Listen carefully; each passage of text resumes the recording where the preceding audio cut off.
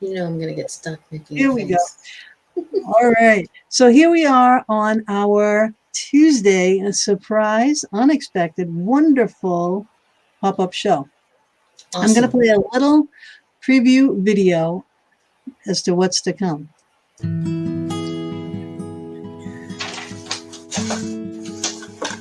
evening and welcome to this very special Tuesday edition of the Fox Den.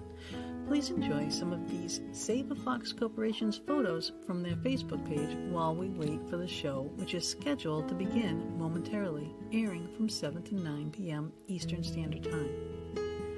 If you are listening to one of our audio-only venues, I suggest you go to our YouTube channel, The Fox Den with Gina B and Mama D, and watch our show there as we are showing pictures and videos you're going to want to see. The Fox Den airs every Thursday evening from 8 to 10 p.m. Eastern Standard Time, usually, unless we have a special pop-up show like this very special Saveafox Corporation show. This is why we suggest you not only watch on YouTube, but subscribe and hit the notification button so you never miss a show. Saveafox Corporation is very near and dear to me personally, and they need your help to continue to rescue the foxes as well as the other animals in their care. We have Mikayla Raines with us tonight to help us understand what is needed to rescue a fox and what is needed to have a fox in your life. We do hope you're enjoying some of these Saveafox photos, and we ask that you go to saveafox.org and check out how you too can help. Donations are needed, and you can find out about adoption too. We are happy to have Mikayla Raines with us tonight, and we are eager to ask her so many foxy questions. So we'll be with you in just a couple minutes.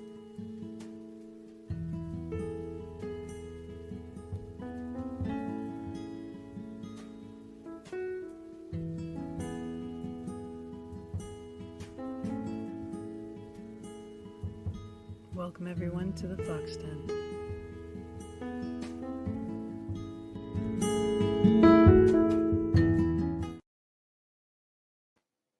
One minute until showtime.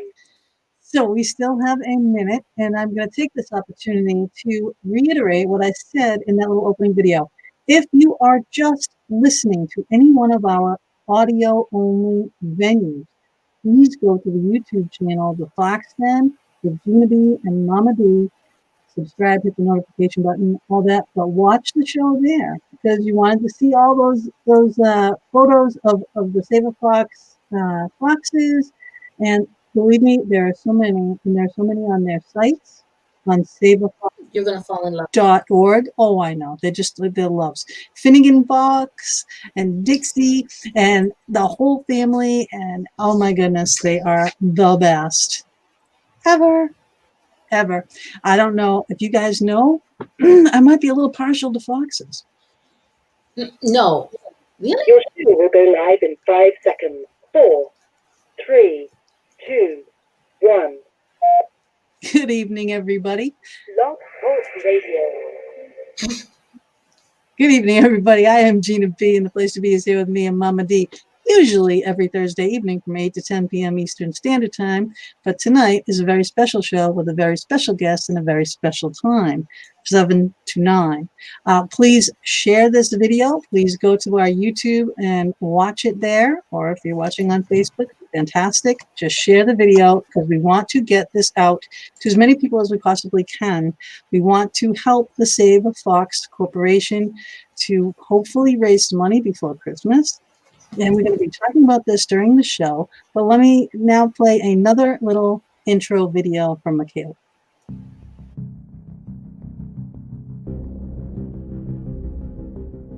Good evening, everybody. I am Gina B here with Mama D, and welcome to this very special Tuesday edition of the Fox Den. Tonight's very special guest is Mikayla Raines. She is the founder of Saveafox Rescue. She has always loved all animal species, but she found her love for foxes at the age of 15 when she met her very first fox while volunteering for a wildlife rehabber. At the time, she knew she wanted a fox in her life, but she had never planned on starting a rescue or even having multiple foxes. Her love for these animals was recognized And in 2015, she was offered a captive-born red fox to bottle raise and keep, as captive-born foxes could never legally be wild. Although not a true rescue, she was her very first red fox, and she named her Saveafox. Owning a fox opened a whole new world for her. Because of how often she would want to share about her to the world, she was then put in touch with fur farmers. Fur farms are something she never even knew was an active business in the U.S. After rescuing her first 3 fox pups from a fur farm, rejected by the mother fox, she had begun her rescue. This required no college, although she had already been going to college to be a vet tech. She didn't complete, as she left to save foxes instead. We will ask her about adoption.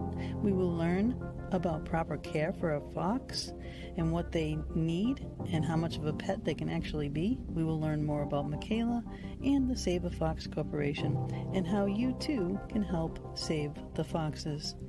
Welcome, wholeheartedly welcome to the Fox Den.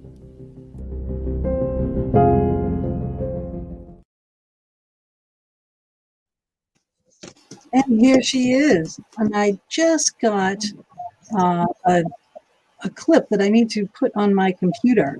So, Michaela,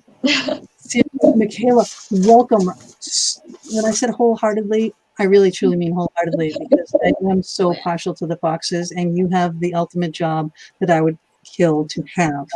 But now, in that video, it said that you were working for a rehabber when you got your first Saveafox, red fox. What is a rehabber? So a wildlife rehabber is somebody that rehabs typically like orphan wildlife, and then releases them back into the wild once they're old enough. Oh, okay. And so they just gave you this fox. Why? Because they loved you so much? They said she could do this? No, so Farrah Fawcett, she came from a captive situation. So she wasn't from like a fur farm or a rescue or anything like that. So I knew someone who had pet foxes, and their foxes had pups. And then I was given one of those pups because he knew I had experience in wildlife rehabilitation and such things like that. So it's separate stories. Oh, all right. But I mean, so like you've loved the foxes since you were little, like me. I've always loved the foxes and working with the animals. Did you grow up in a farm-ish area? So I had a nature preserve in my backyard, basically. Oh, So nice. I grew up in the woods. Yeah. Not really, but that's where I spent all my time. I might as well have been. So that's where the connection started, I guess. I just, the wildlife, that's what I saw growing up. So it kind of just led me to it in my adulthood too. Awesome.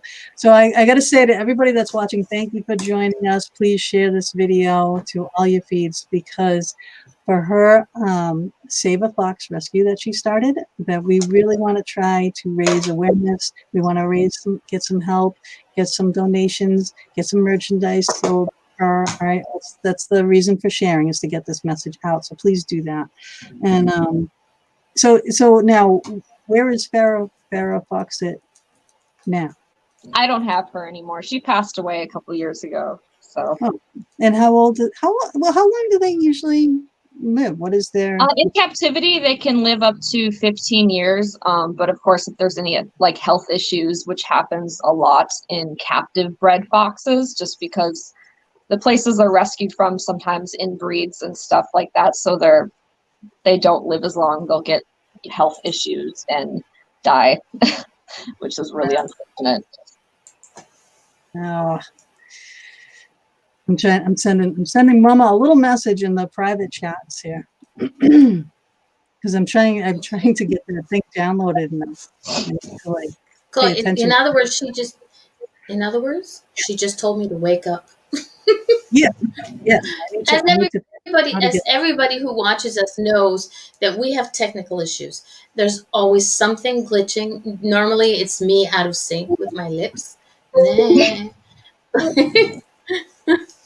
Okay. One of the things. Okay. How do you go about choosing the names of the foxes? Because I know you always put like fair foxes. Foxit. How did you?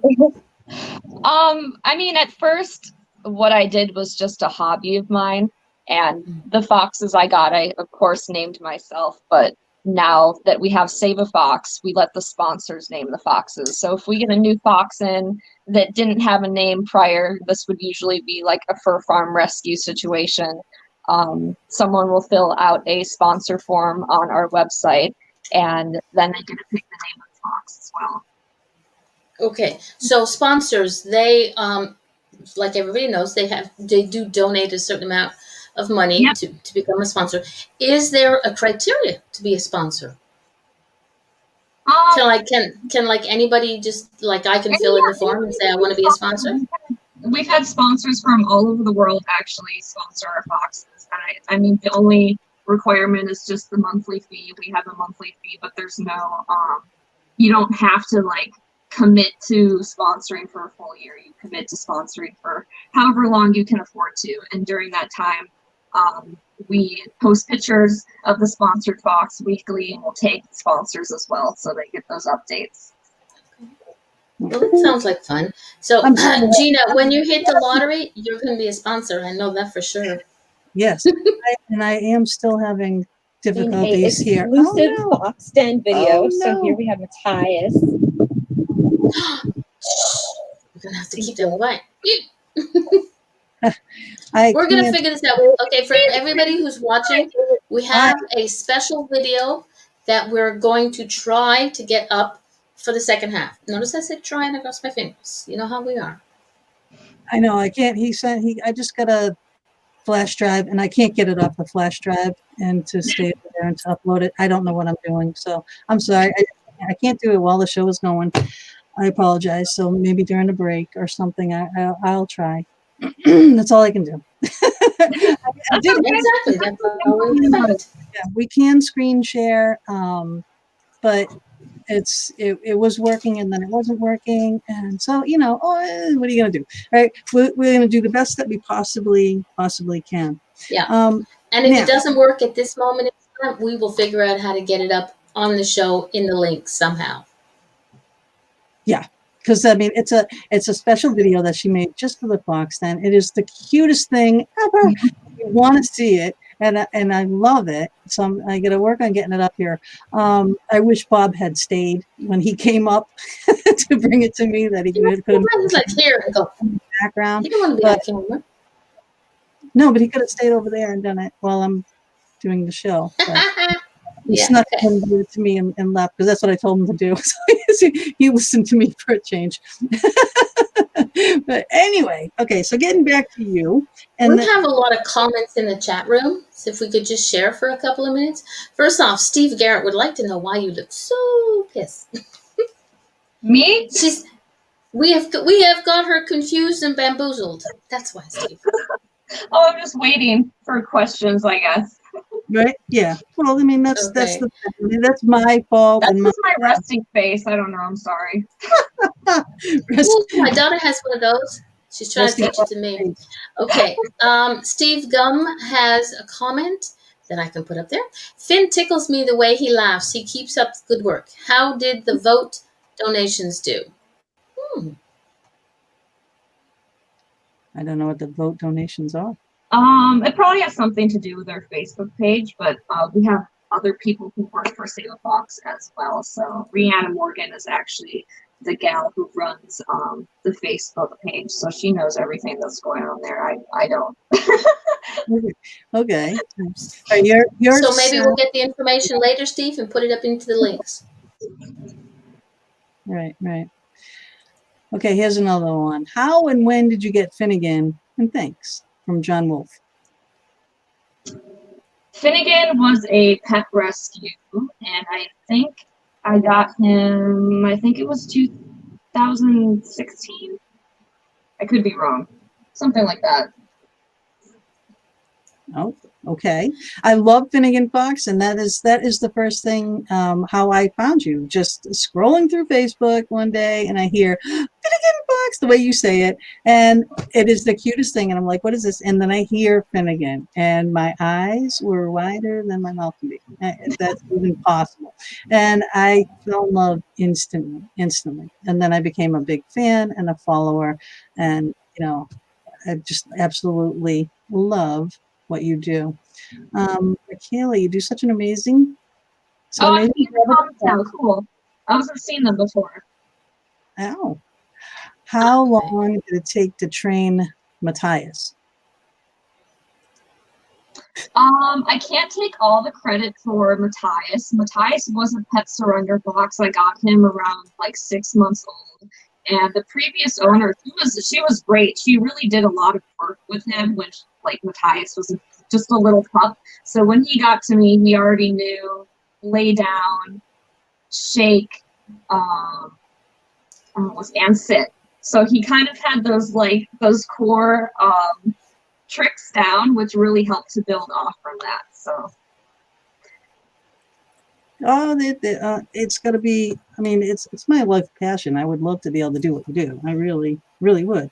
Now, when you started this, you were going to college and you were training to be a vet tech. So how much does that come in handy for you? Like what you learned?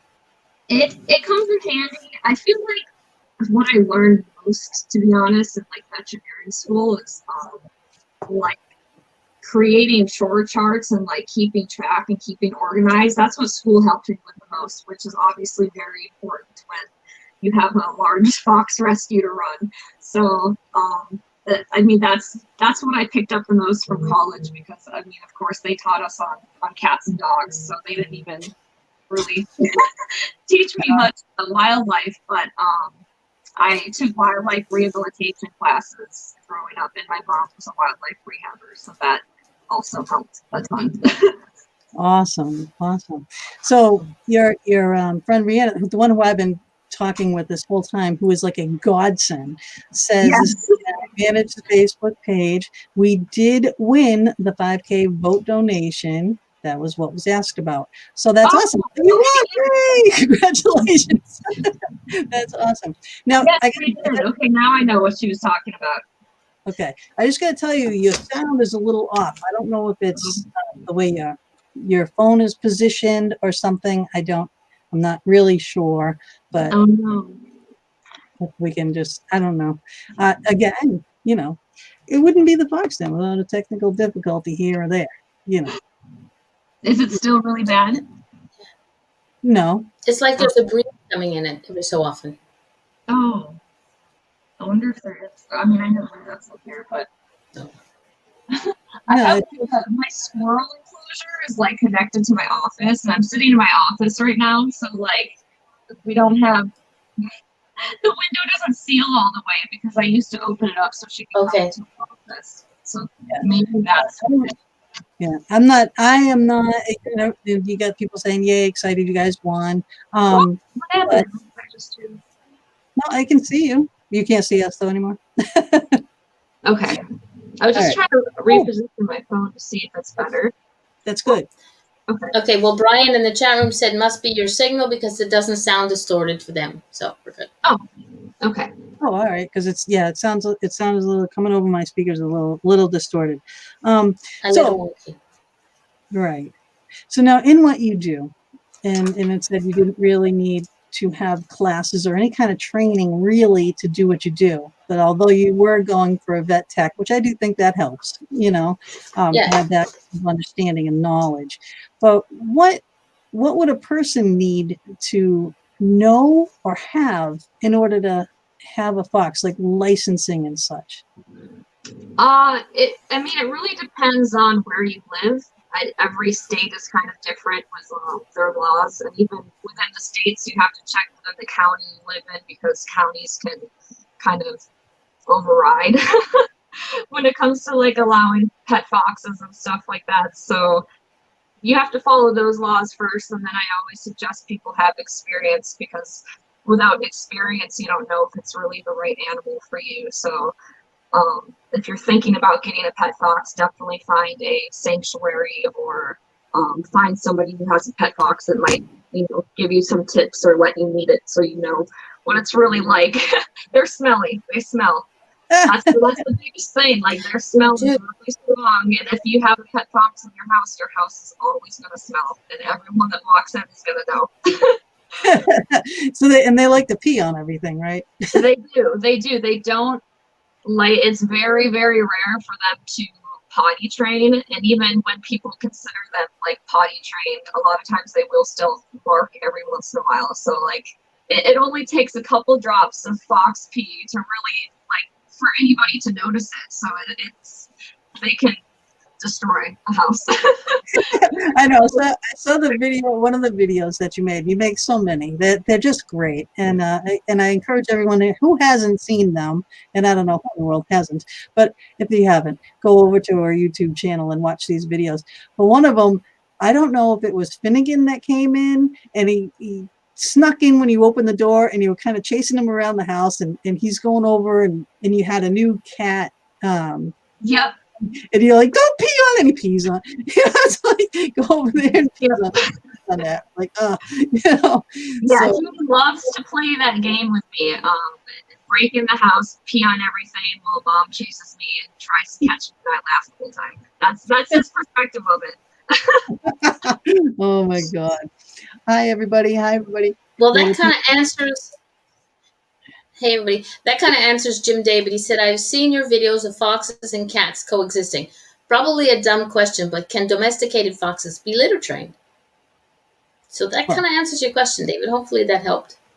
Yeah, and litter training is usually what people do with pet foxes. They don't typically train very well going outside to go to the bathroom, just because if you do have a pet fox, you can't just let it out the door because it would run away. Yeah. So you have to have special fencing if you're going to do something like that. But most people do try litter box training their foxes. It does depend on the species too. Certain species are known to litter box train a little bit better. In my experience, the gray fox species have always litter box trained pretty well. The Arctic foxes never litter box train at all. And the red foxes, it's just 50-50. It depends on the fox. Well, even if you got it maybe from little, does it matter? I mean, when you got it, or it what? It always helps the younger you get them. That helps for sure. Yep. Yeah. All right. Now explain when you started going to fur farms. Now, I don't know. I mean, I've seen some horror story fur farms, and I'm hoping they're not such horror stories as the ones that you go into. Just knowing what they do would be one thing for me to get over. But when you go in there and you have only so many that you can pick, that must be like just gut wrenching. Yeah, it's not easy. Oh, God. Well, that's why we need more money. Because if you get more money to help maybe build more cages or whatever, you could maybe have more foxes. Or are you limited, like legally, as to how many you can have? We're currently limited under a CUP, which is a conditional use permit. So like the licensing that I have to run Saveafox here in Minnesota, and this wouldn't be the same requirements for other states, but like for here, we have our USDA license, our DNR game farm license, our DNR exhibitor license, and then within our county, a CUP, which is a conditional use permit. So basically in Minnesota, it's legal to have pet foxes, but within each county, they have their own rules. So they kind of made up a rule that are we can only have like 30 on this property. So if we bought another property close by, we could potentially get like another CUP, but we are limited to how many we can take on by county restrictions. Now, their food and their diets. All right, now, do they have to have special food? Do they have to have raw foods? What's the misconceptions and what's the reality?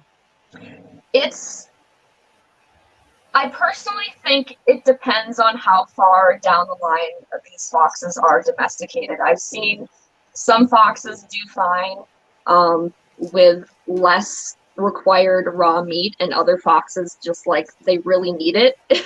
And it just I really do think it depends on how far down the line these guys are being domesticated with what they require in their diet. But we do feed all of our foxes. They do get raw meat in their food. In the wild, they would get raw meat. They would get taurine, which is found in animal tissue. So we try to keep everything as close as it would be to a wild fox's diet, unless the fox is getting some sort of like having digestional problems, which some foxes don't do good on any raw meat. So we have to just supplement it with like powder. Oh, and this is a certain powder, like you have to get this from what, a wild animal? So it's just taurine, and we order it like through our vet. Oh, okay. Oh, cool. And now you also have, right, so not just foxes and, and your regular cats and whatnot. You also have a room full of snakes. Yep. You have minks. Do you have multiple minks? Yep, mink. Okay. And is it minks or just mink? It's just mink. It's just mink with lots of mink. Lots of mink. And now the thing about mink, I was watching one of your videos and I learned something.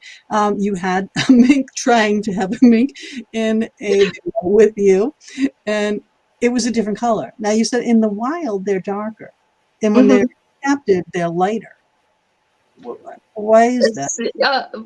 Most wild mink are like a dark brown color, but in captivity, and it's the same with the red fox species. They've bred them in captivity for so many generations, and like selective breeding, that they breed for specific fur colors because they're breeding them for their fur to be pelted for coats or whatever taxidermy purposes. Depends on the fur farm, I guess. Okay, I have a question when it regards to the fur farm. Now you get given, like you were given sometimes, pups that are rejected by their moms or rejected by the fur farm. I'm assuming because of wrong color or whatever. A lot of people know fur farms are not the nicest of places, and you have to stay on good terms with them to get the foxes that you do. How difficult is that the first time that you had to go there and collect?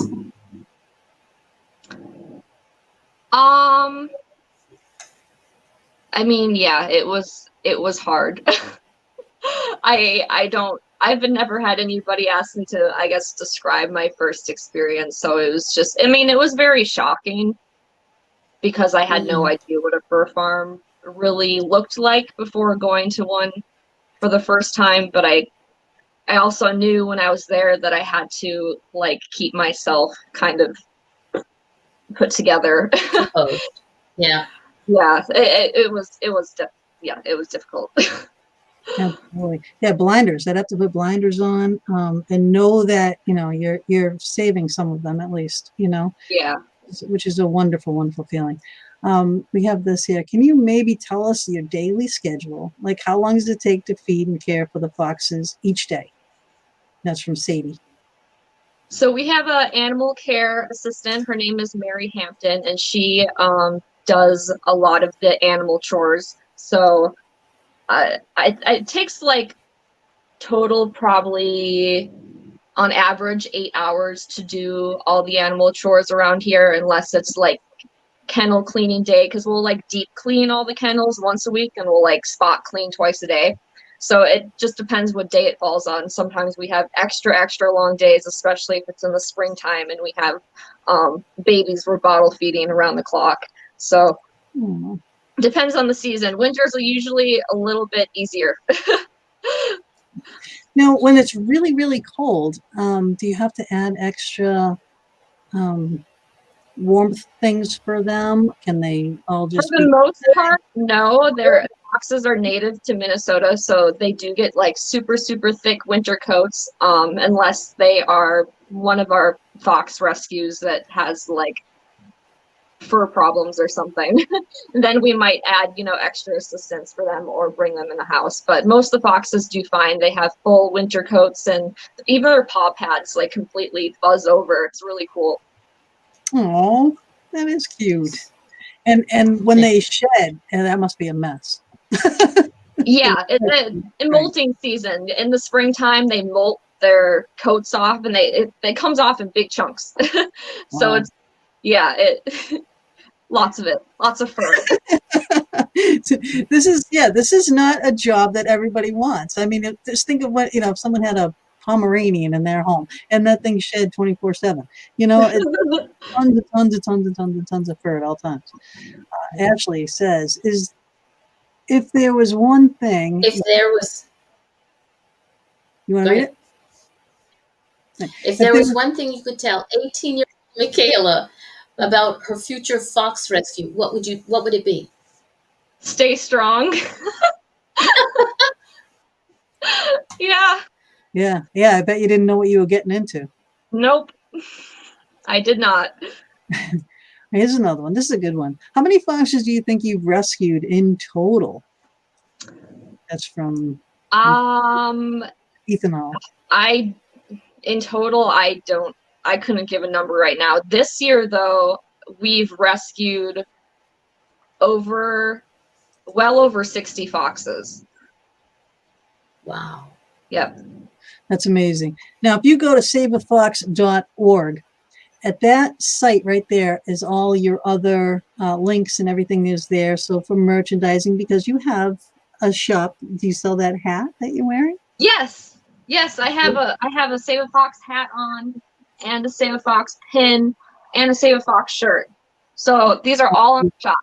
And that is this one right here, saveafox.org/shop. Right. But if you go to that saveafox.org, right, you can go there, you can donate. And I can't put this out here enough. Donations are imperative because she's saving all these animals, not just foxes, all these other animals. They all have to eat. They all need vet care. They all need so much, and toys. Things to play with. Yes. And so it is imperative that people please try to go and donate. I was thinking, and this is just me thinking, my little shiny ball moment.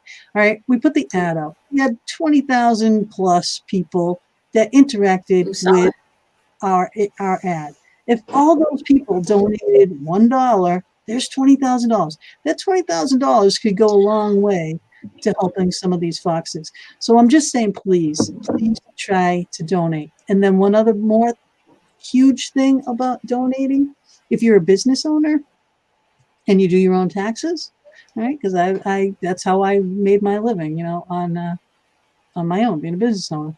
At the end of the year, you made money, you're always looking for tax deductible donations. This is one. So it's a win-win. You're helping foxes and you get a tax write-off, right? It's a deductible thing that you can use on your taxes. So why not? Okay. And it's Christmas time. Christmas time is the season of giving. So please give to my foxes. Exactly. Like Stevie in the chat room, she says her husband gave her a Save a Fox mask for Christmas and she absolutely loves it. Mm-hmm. I love the Save a Fox masks too. Yeah, they're really pretty. I need one.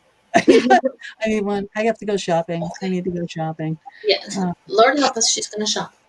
Anna Diamond says that she's a Patreon supporter and she loves the cool options. Awesome. Thank you so much. Awesome. All right, what's this one here? Okay. With the different enclosures, with all the different enclosures, can you swap the foxes to visit another enclosure, or do they not get along at all? Sometimes it depends.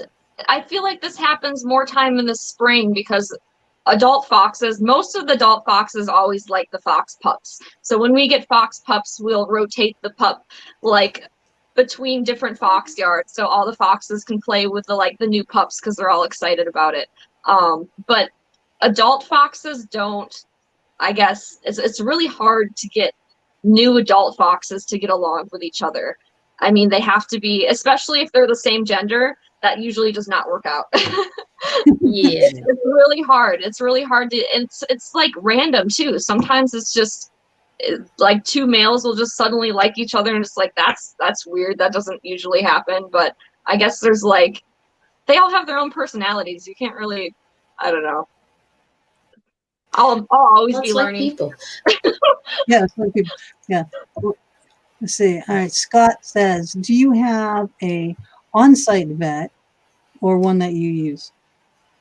We have like 5 different vets we go to around us, and it just depends on like we have one vet that we use specifically for like broken bones, and then we have another vet that we use like mostly for spays and neuters, and then we have like our closest vet that we use for like emergencies. So we have a lot of vets that we use, but none that's on site. That's something that we would definitely probably want in the future.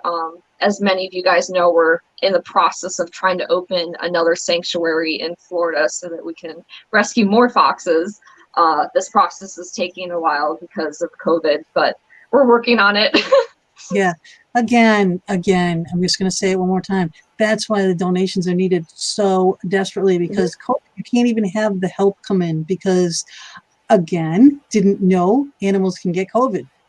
The mink can get COVID. She can't have the normal help, or someone says, oh, I would love to come help you. Can't do it because of COVID. Yeah. So they're doing all that they can. They're running ragged. And if they want to open up a new place, they need help. You know? And where are they going to get the help? From us people who care, who love, who are watching, who love all animals, you know. So please, you know, it's Christmas. And let's think about it. And but it's Christmas. If you can't afford to give, remember, share this video, share the videos of Saveafox, share their links, share it so people get to see it. That's the only way we get to know about each other. You know, Gina and I live up in Canada. How am I going to know about people in Minnesota? Somebody put the link into my chat. Somebody sent me was probably Gina, sent me the link in private messenger. And it's like, okay, we fell in love. Yeah, just Miss Foxy over there. So share this video, share whatever you can, share their Facebook page. It's time for sharing. Hello, it's Christmas. Get out there and share. That's right. Finnegan Fox seems to like all the other foxes. Is that true? No. Finnegan Fox he's a very dominant male. So he fights with certain other foxes along the fence. Like right now, like Bongo and Jameson are like his arch enemies. So those guys will argue between the fence. But him and Valentine, for whatever reason, like each other a lot. It's so I mean, he doesn't get along with everyone, but he does have lots of friends. He's popular. He has lots of human friends.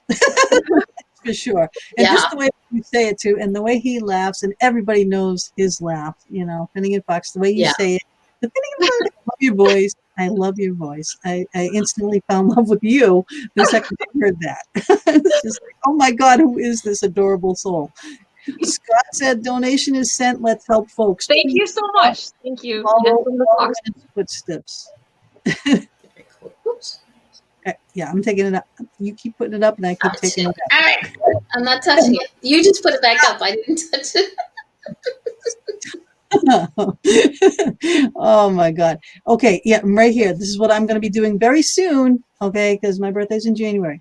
You can do a birthday fundraiser through Facebook that goes through to Saveafox also, which is amazing, and that's from Stevie. And yeah, I did that last year, and I'm going to do it again this year. So you'll be seeing that on my page real soon, and I expect you people to come on and donate.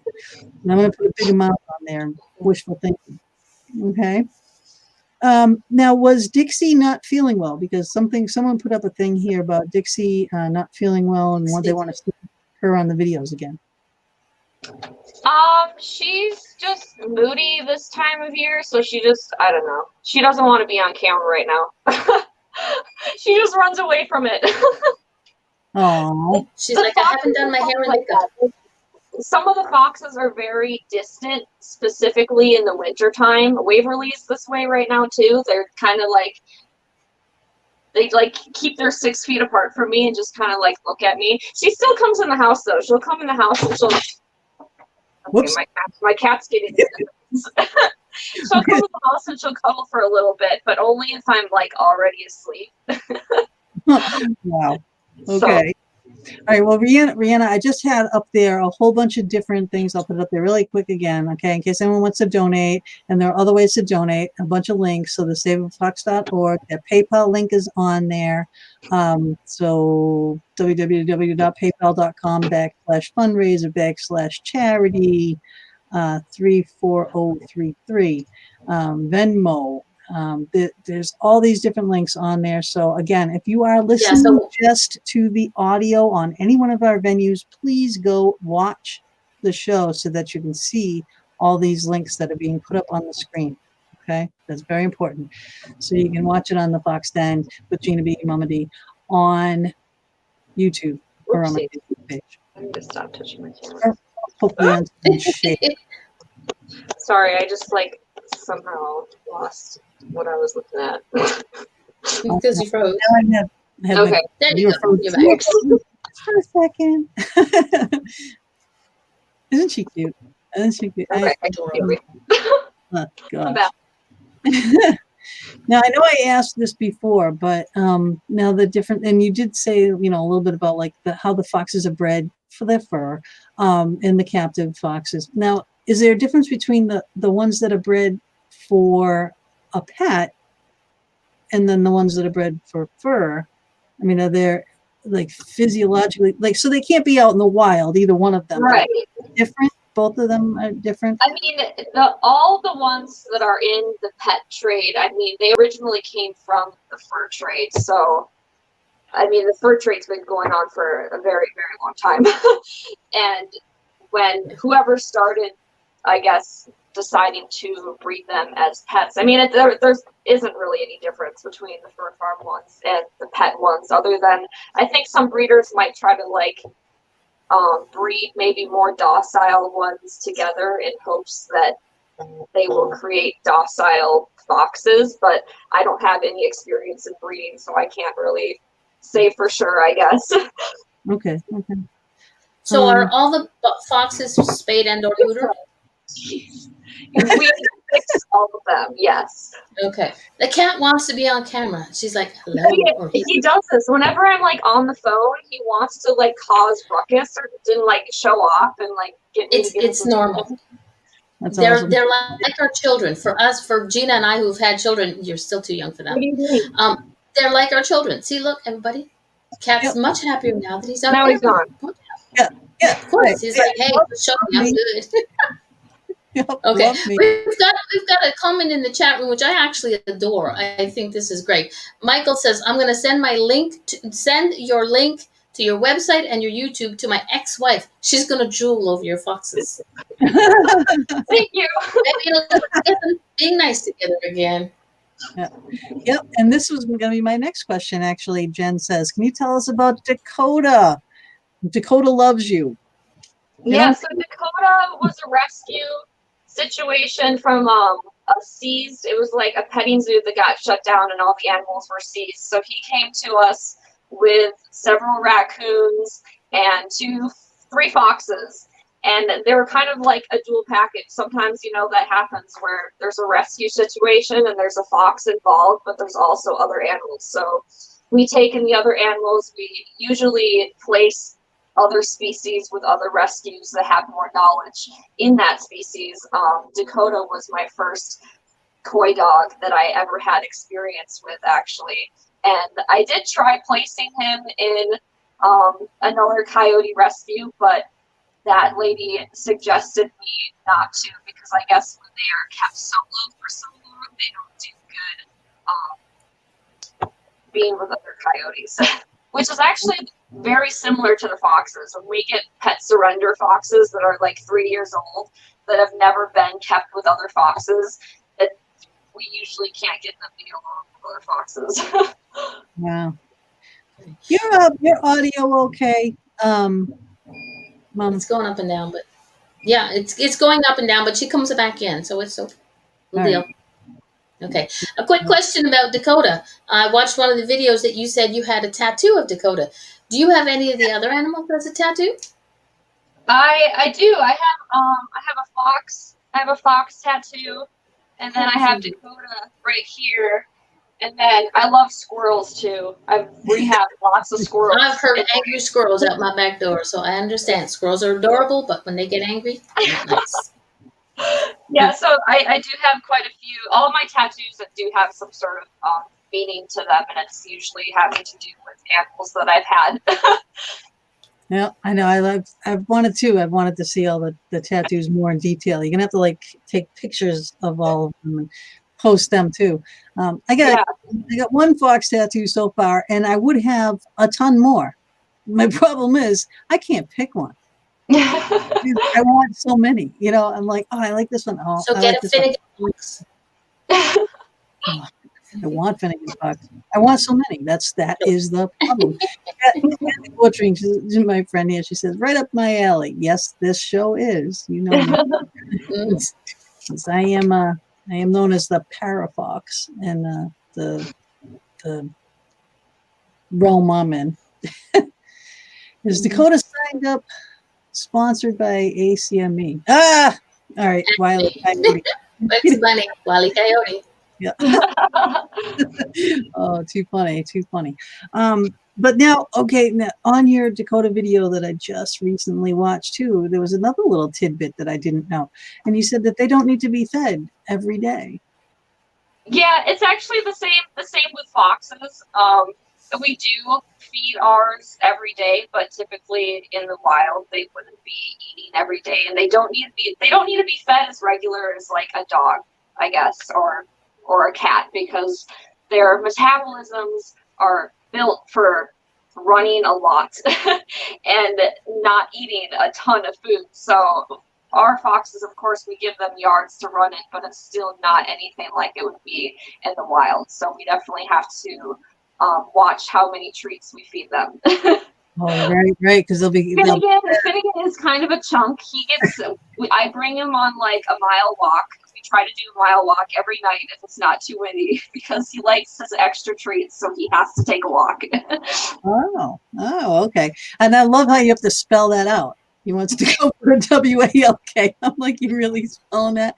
Because yeah, he knows what that means. He gets so excited. He loves his walks. He'll grab the leash with his mouth and he'll pull me. He'll be like, "Let's go, come on." Oh, that is the cutest thing ever. What was this one here? Hold on a second. I never had a pet. I'm going to make this bigger. That way I can read about it. Oh, there we go. All right. I never had a pet until this year when I adopted a dog from a local shelter. I love her. On that note, do foxes get along with dogs usually?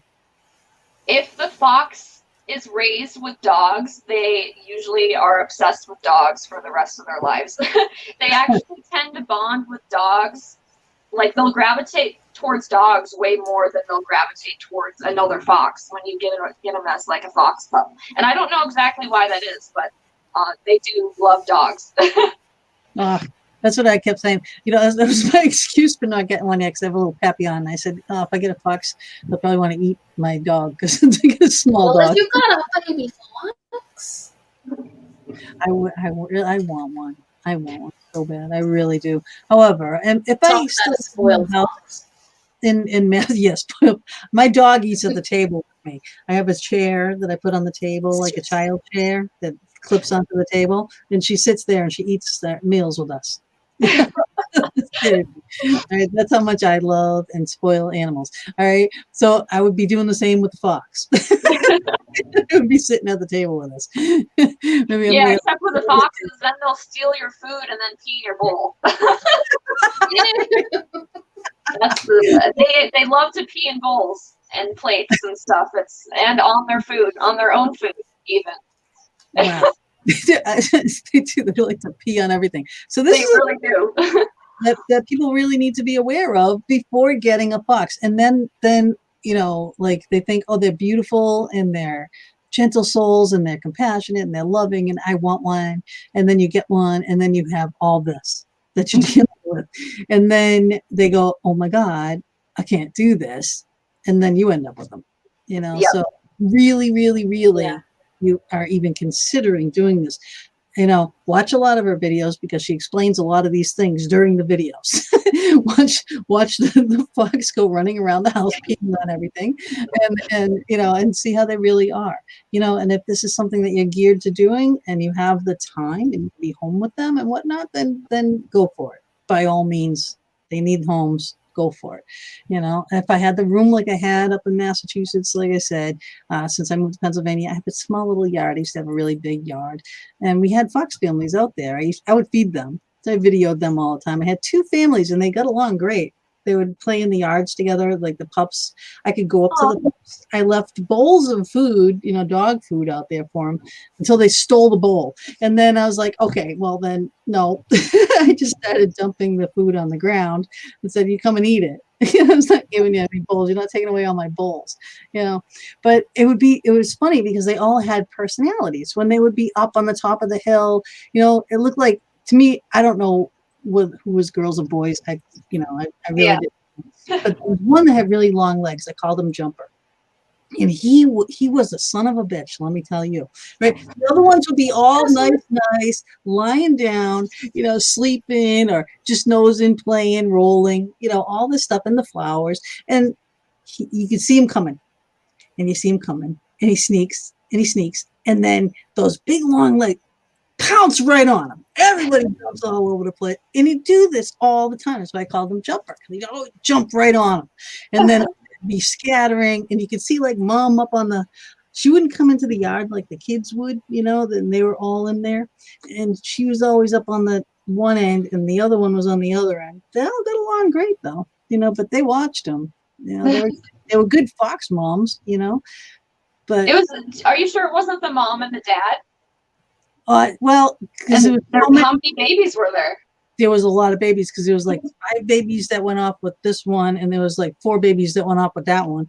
So there was a lot of them. Wow. So that's why I'm thinking there were 2 moms. Yeah, they can have up to 8 in a litter. Can they really? Ooh, yeah. Dad, huh? Because that was a lot of foxes, and they were so cute. Oh my God! And then watch the eyes change too, because they had little blue eyes. When the little babies would come up to my door. If I didn't have food out there, they come up to the door. So I was taking pictures through the door at them, and respecting my distance, respecting them, not going. I didn't try to pet them or anything. I wouldn't do that, But when they went up, I would leave the food for them, and then they come down and get it. But I would take the pictures, and I'm like, oh, they got beautiful blue eyes, and then they would turn, later on. Yeah. So cute. And I guess that's a different thing between the wild foxes and the captive foxes. Most of the wild foxes, they have the brown eyes, but captivity, you get brown and green and blue and all sorts of colors. It's way more rare for that to happen in the wild. Oh. Well, and then they sounded like, it sounded like kids screaming in the woods. Yeah. And I'm like, oh my God. They make over 50 different vocalizations, foxes do. Wow. Yeah, I really didn't know. And I was all about the foxes, but I didn't realize how many different noises that they had made until I actually looked it up. And I'm going, oh my God, that's the one. But they have a whole vocabulary for sure. Yeah. Now, do they talk back and forth to each other? Like, you know what they're saying to each other? Obviously, you must. Yeah, I know if they're, arguing or like having like a happy chat, I guess. So they do talk to each other. They are usually arguing or fighting or laughing with each other. So they have their little like cliques and that they hang out with, and that they don't let other foxes like join their cliques, and they're very I think of them as like little people. They have their personalities for sure. Wow, it's so cute. All right, how are we doing in the chat room over here? Do we have something else that we want to We are. Anna Diamond would like to know, how are Valentine's gums doing? It's always going to be an issue for him. So Valentine is one of our fur farm foxes that has gingival hyperplasia, and that's a genetic disorder that is caused by typically like inbreeding. So his gums will never stop growing. So every year we have to bring him into the vet, and they like laser trim his gums down. And we just have to get them trimmed down enough so that his teeth are exposed and he can chew his food. So his gums always look pretty big, but as long as it's all trimmed around his teeth. He's eating fine, and it doesn't bother him. Like, he doesn't know. He doesn't know that he's different. And Yeah, the other exactly. foxes, you know, treat him just like everyone else too. So Awesome. Sadie says, what's it like to sleep with a fox? Is it like sleeping with a cat or a dog? I mean, they can be rude sometimes. If I have a fox like sleeping on my legs and I try to move my legs, like Dixie, for instance, she can be very rude. She'll like bite my feet. She'll be like, "Hey, I didn't tell you to move." Do not get my permission. A little demanding. So sometimes sleeping with foxes mean you're like in a frozen position and you don't want to disturb them because it's like so rare for them to be sleeping so close to you, but they're going to be rude about it at the same time. So you just kind of like freeze and don't move. Enjoy it while it lasts, because it doesn't happen very often. Right. Yeah. Chris Fox says, how old is Finnegan, and who is your oldest fox? Our oldest fox we have right now is Bongo. Bongo is around, I think he's like 11 years old, and Finnegan's still fairly young. I think he's 5. Aw. We have a question from John Wolf, and I think it's the second time he's asked this. Sorry, John. We do get a little bit crazy at a moment. Any thoughts of putting a water pond like SMA and Masala's in Finnegan's and the cat's yard? Love Dakota, by the way. Don't you have a water feature? I haven't thought of that yet. I have tried bringing Finnegan over to the pond, and he didn't even like. I don't think he even noticed. He was too busy peeing around. Stop that one. He's like, no, I'm going to leave my mark over here. There you go. But we try to put something fun in like all the different fox yards. Like right now we have a fox yard that has the trampoline. We have the fox yard that has the pond. And then Finnegan's yard right now has like this whole agility course with like tires and everything and slides. And Matthias is having a ball with that. He really likes that. Oh, I love it. I did watch one. That was one of the videos too. Finnegan was trying to dig up one of the tires. Yeah. Yep. Dig up the tires. Yep. Now, how do you keep It's funny I'm sorry. Go ahead. Go ahead, Mama. it's funny that all the videos, not just yours, but all the videos you see on the Facebook Watch videos about foxes, they're always jumping on trampolines. And I know foxes in the wild, when they're in the snow and they go for their prey, they jump under the snow. So is that why they enjoy the trampoline as much? Yep. It's just it's an instinctual thing. The jumping, like they all do that, and they do it more so when they're younger. As they get older, it's not as like fun for them, I guess. Like I don't remember the last. Well, I guess Finnegan still does it. He'll do it in the leaf piles, but he doesn't do it in the snow as much anymore. But the younger ones, they do a lot of leaping. But then the leaping like the Arctic foxes and leaping in the snow. I mean, they can pinpoint where that mole or that mouse is underneath the snow, and they dive right down on it. And then that's why I talk to the foxes in super high pitched voices, because that's what they pick up on the most. So they're way more responsive when I talk to them in that very high parody voice. I love it. Yeah, Finnegan does. I do too. I don't know. So I'm part fox. I love it. Maybe that's what I'm going to talk to you. Because I think that's what I'm going to have to do, is talk to you in a high-pitched voice, because you ignore me sometimes. Do you hear someone? I don't know who this person is, but she's like always there. I don't know what's going on with me. Okay, something I just thought of that somebody in the chat room asked, it sort of brought me into something else. Do you have an Amazon wish list for the Saveafox Foundation? Yep, we do. We post it on our Facebook page. We try to share other like fox rescue Amazon wish lists as well. So we have like wish list Wednesday. So every Wednesday we share one of our Amazon wish list links, and then we share which rescue we're sharing the wish list link to. So yep, we have that. I think we definitely have the links we have all of the links on our website for everything. So hop on over to the website, check it out. Saveafox. Send them. Saveafox. Exactly. Right. Now, Anna Diamond has asked, have any other foxes tried to pull a Dixie or Esme and steal your phone?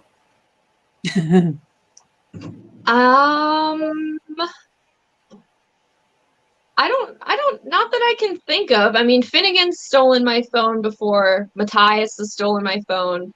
Esme stole my phone like 2 nights ago, and I was like doing night chores, and I was looking for my phone everywhere, and I called it off my other phone, and I found it in the middle of Esme's yard. So she must have like pickpocketed me. Oh my God, that's so cute. So Esme's been stealing my phone a lot lately. She likes that game. And then she peed on it too, so that was nice. Oh, fun. Yes. Do you have one of the waterproof ones? I mean, I wash my phone constantly, and it's somehow not water damaged yet. So, but my phones don't last very long. So, I mean, I bet. What is the obsession with like a long time for me? That's a long phone life. Right? Yeah. Well, mine always get cracked or something. I bite them, but I don't know. I put it in my mouth when I'm doing stuff, and then it's like She's a fox. Goes across. I got bangs. But anyway, what is their obsession with jumping on the shoulders? You always have a tail on your face. It's kind of like a dominance thing for them, but it's also like, it's like, hey, I'm your friend, but I'm the dominant one, just letting you know. Okay. That's what they're King of saying. the castle. Yeah. Yeah. Okay, so we're getting more Mink questions. I've seen a couple Mink questions. So Okay. how is Can we put a hold? Can we put a hold on this question? It's time for our commercial break. Oh. Okay. All right. Well, while we're doing the commercial break, I'm going to try again to get that other video from the little thingy there in my computer onto here so I can get up to here, and I'll be working on that. So we will be back. Okay, and then we'll do another little one that we uploaded earlier this week, and it'll give you more time. Good. Okay. All right. We will be back in 3 minutes. Please don't go anywhere. In this time, share.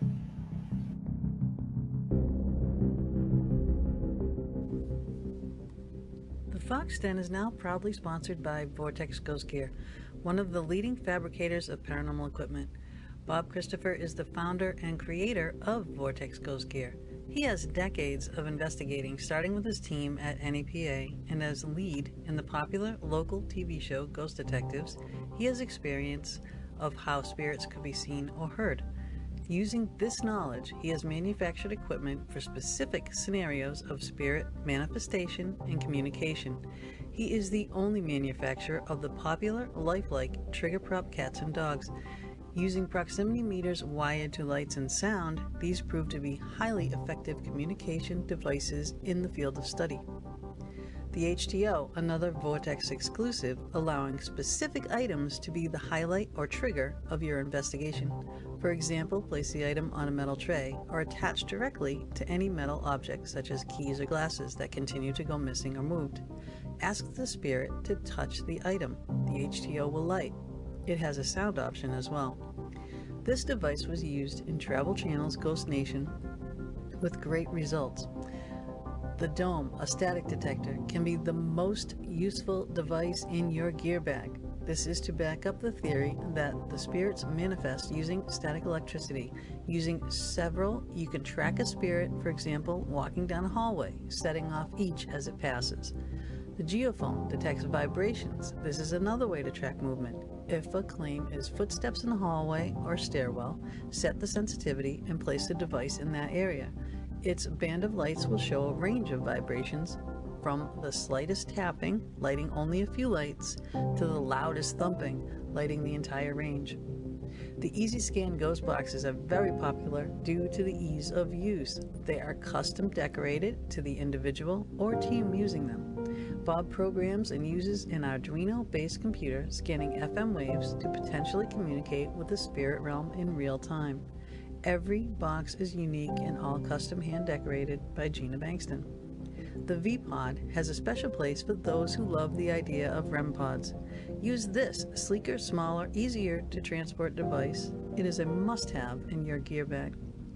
Take your investigating to the next level with many of Vortex Ghost Gear's unique and custom creations by Bob Christopher. Visit www.vortexghostgear.com to view all the products and get your equipment today. You can also investigate with Bob and Gina with ghostly excursions, taking people to some of the most haunted locations in the USA. Visit www.ghostlyexcursions.com and join us on our next adventure.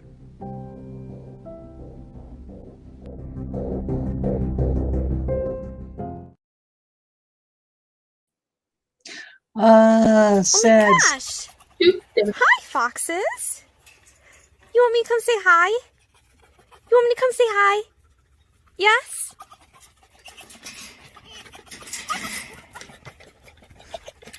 Excuse me, excuse me, excuse me. Hi, Finnegan. Hi, Dixie. Oh my gosh, hi, Finn.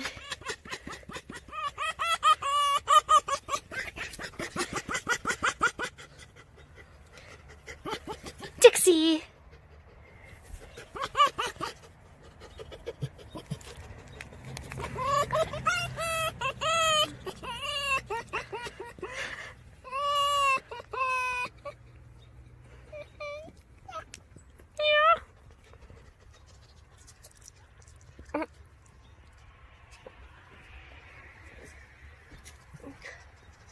Oh, Dixie.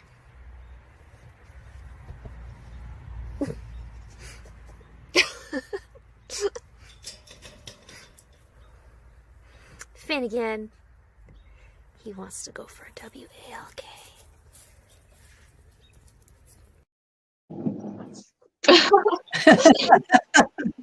Oh my! See the tail of the face. Yep, the tail in the face and the WALK. All right, I'm going to try to do this screen share for this video. If it works, it works. If it doesn't, well, you know, let me try.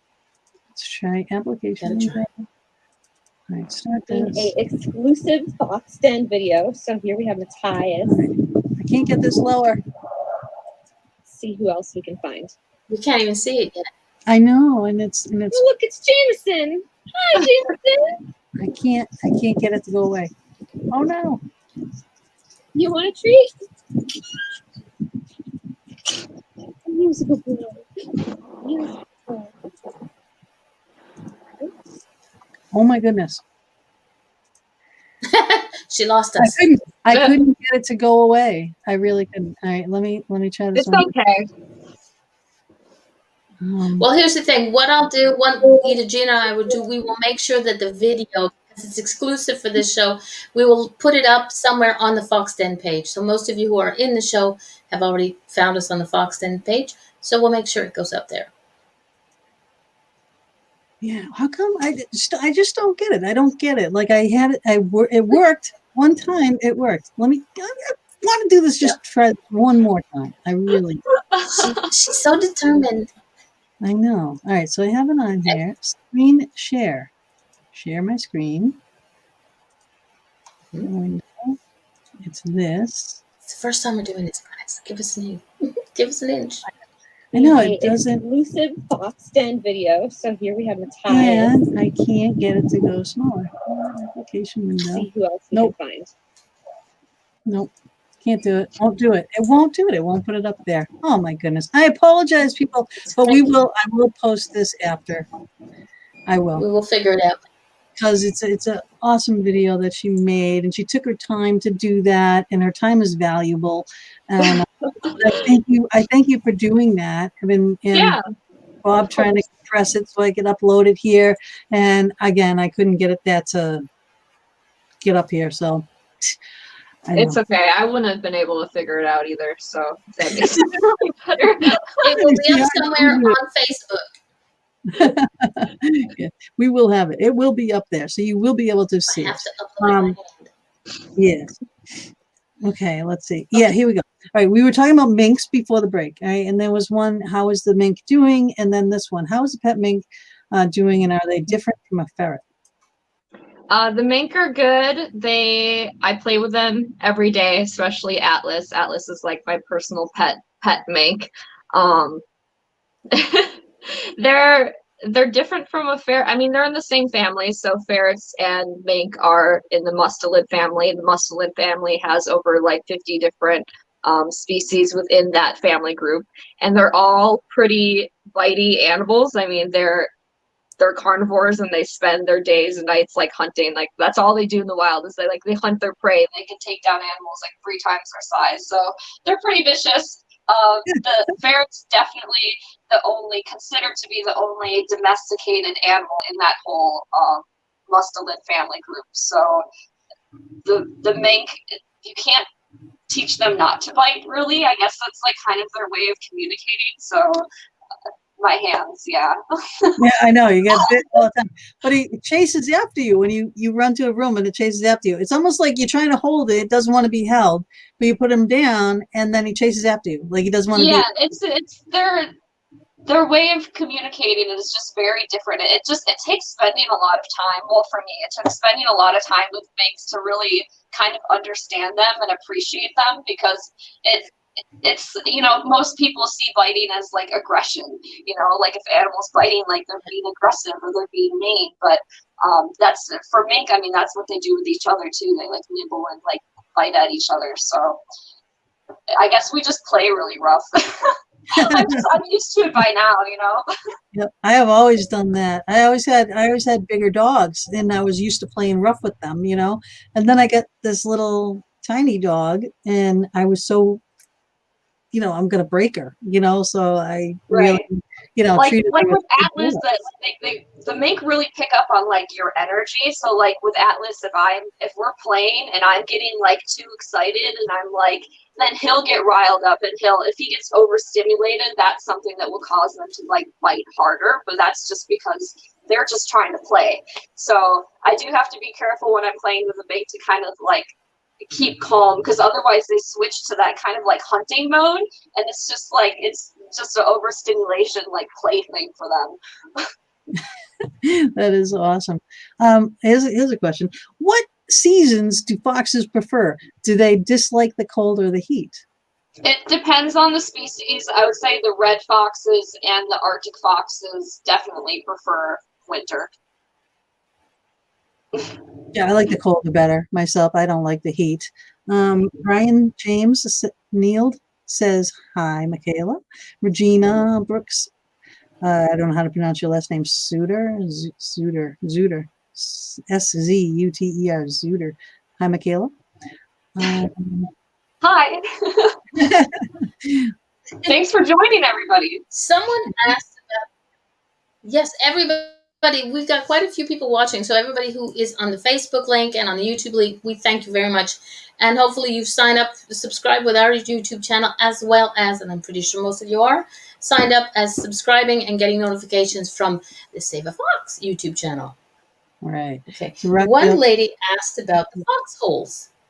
How are they dangerous to you? Because she says she sees them and she even thinks about falling into them.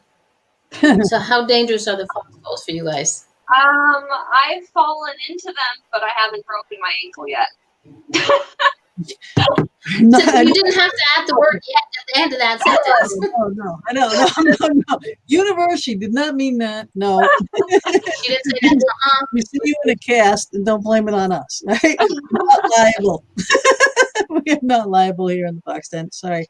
Rakio says, isn't it amazing that there are people from all over the world watching and supporting what you do for the foxes? I think that is amazing. And that's the benefit of having social media and the benefit of doing things like this, because we are trying to, promote for Saveafox, for Michaela, for what she's doing, saving all these animals, rescuing these animals, fending for, taking care of these animals. Please go to saveafox.org. And please donate if you can. Buy merchandise. That helps. That's a donation, and you get something. Look at the cool hat she's got on there. Look at the cool pin she's got on her side. The cool shirt she's wearing. There's calendars. There's all kinds of stuff on the site. There's on the merchandise. Yeah, masks. Masks now. Get your masks. Please help. Please help. Please help. That is the number one thing. that I really want to get across here tonight. Oh my goodness, I just missed a ton of these things here. Okay, we have got a lot of people from all over, so we'll give you a little shout out. You have Rita is in Miami. John Wolf is in New Jersey. So that was Marisa Hernandez. Hopefully, I'm getting the names right, pronunciations. I'm Quebec French. Sometimes I add a French accent. We have, and I'm not even going to try this one. It's from Germany. Cool. I definitely will. That's awesome. Yeah, and you have, I think, yeah, she's waiting for a flight from Auckland to. I know this is just maybe. We're never gonna get this right. She's at the Wellington Airport waiting for her flight to Auckland for Christmas. She loves the Foxes and the Save a Foundation team. It is true. It's not just one person. Michaela is the face and name that we all love and know and love, but there are a lot of people who are behind her, and unfortunately, you don't have as many volunteers because of the COVID time.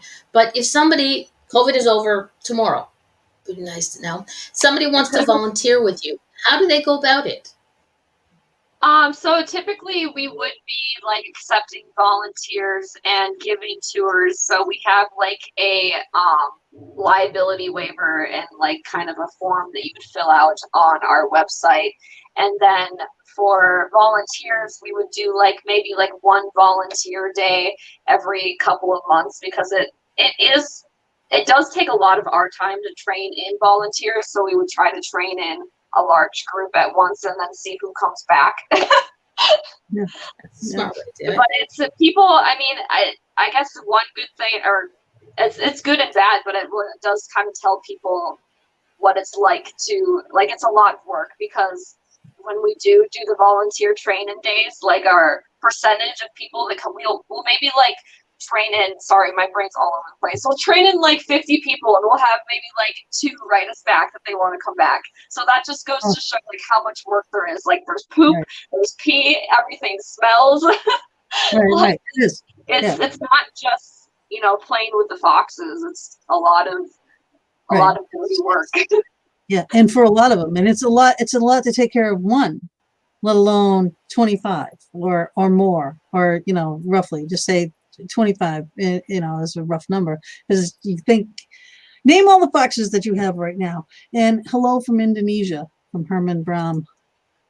Another one, Chicago, Tennessee. Yeah, we got all over the place. Thank you. But run through all the names if you can. Okay, so I'll go by different fox yards, because that's the easiest way to like organize it in my brain. So we have Finnegan's yard. So we have Finnegan, Dixie, Matthias, Vixie, and then we have Kipper and Waverly, and then we have Luca, Jack, Valentine, Sophie, Pan, Jager, who also goes by Nebraska, and our newest pet surrender, Jade. And then next fox yard, we have Bongo, Shadow, Jameson, D'Amica, Nikita, and then last fox yard, Mala and Esme. I think I got everybody. That's 20. That was so. Oh wow, that's pretty cool. That is pretty cool. Let's see. What's this one? What is the youngest and the oldest fox you've rescued? Well, the pups that you bottle feed. Yeah, I mean, we've had pups as young as just a couple days old. The oldest fox that we've rescued was this past spring, Milo. I think he was like 12 years old. He's definitely the oldest rescue. Wow. That is awesome. Now, if you keep them here for a while, you know, like, how do you pick which ones like you want to keep? And which ones I don't ever plan to keep any of them. No, not even Finnegan? It's never a plan. I mean, especially when you're working in the rescue world, you can't get used to keeping things. You can't keep every animal you like, because otherwise you would end up in a situation where you can't take care of the animals. So that's a hard part of the job, but I look at the animals and I want them to have like the best lives they could possibly have. And usually that doesn't mean staying here because I couldn't give them all of my attention. They would be able to get way more attention from, you know, somebody who's adopting them and that has more time. So yeah, that's true. I would have a hard time. I would. I honestly would. I would have to be a volunteer and not an owner of a thing. It's not an easy job. If you, especially if you, and like Gina says, and I have the same issue. Fostering is one thing, but you know eventually you have to let them go. But for the betterment of the animal, like Michaela said, they need to have the one-on-one attention. And if somebody else can give it to them, that's what you have to be able to let them go. The Mary Elizabeth Hartlett in the chat room says she's from Connecticut. Sorry, there's my Canadian thing going again. She loves Michaela and Finnegan and all the adventures you show. My first time seeing you was when your cell phone was stolen. Now she's hooked.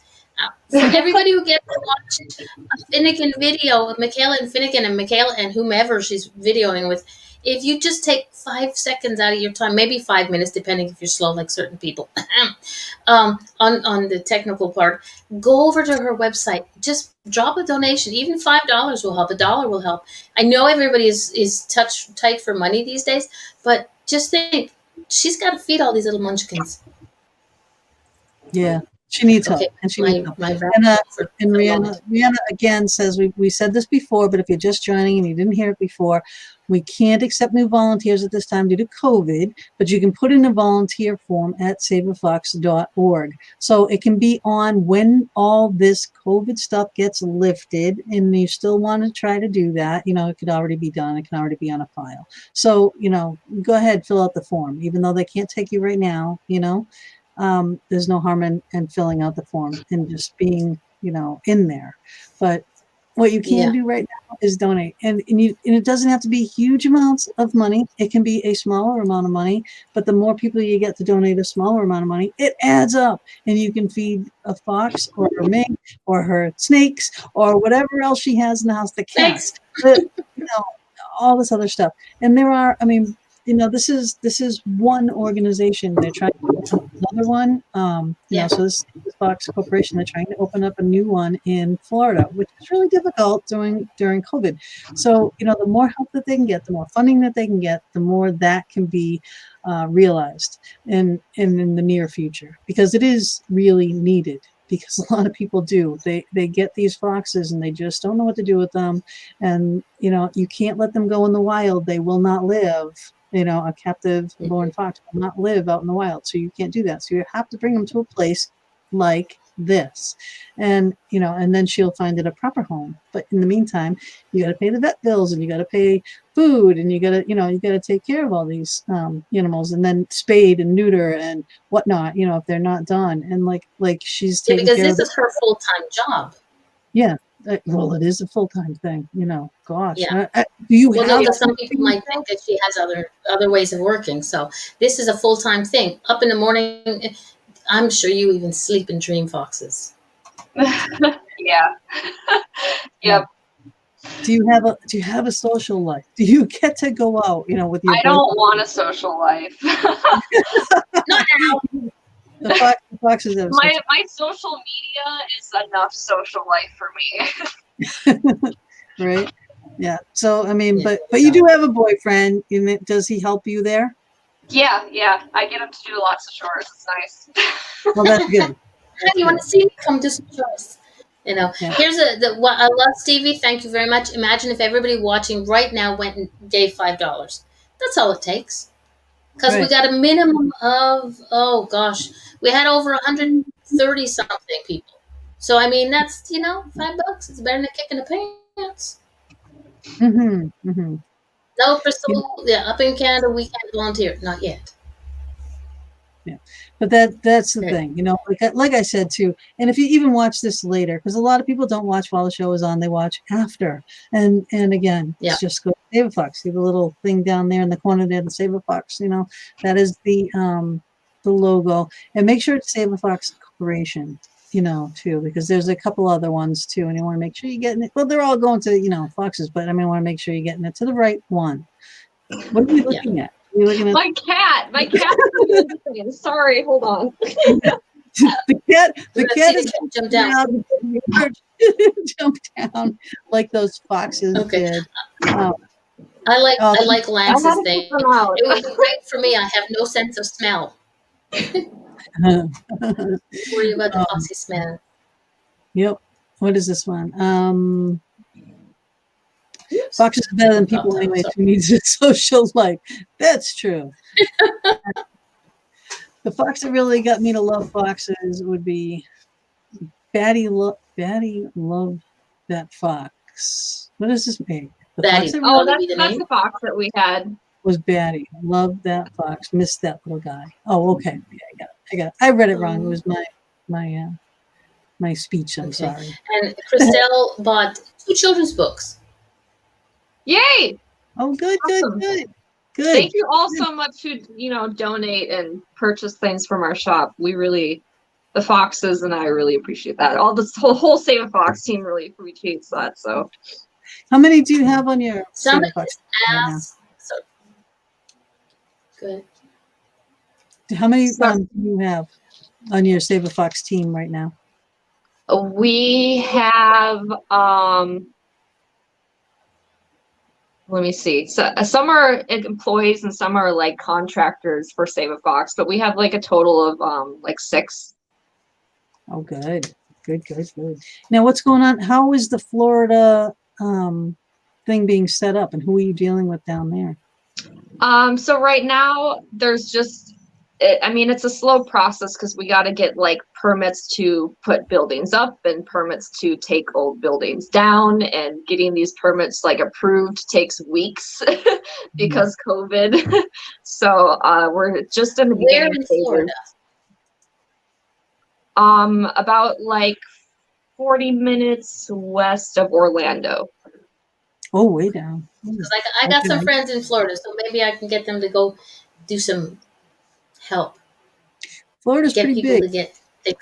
Yeah, I know. I think Orlando is close to one of them, so we're good. Hey, I'll bug anybody to make them go help.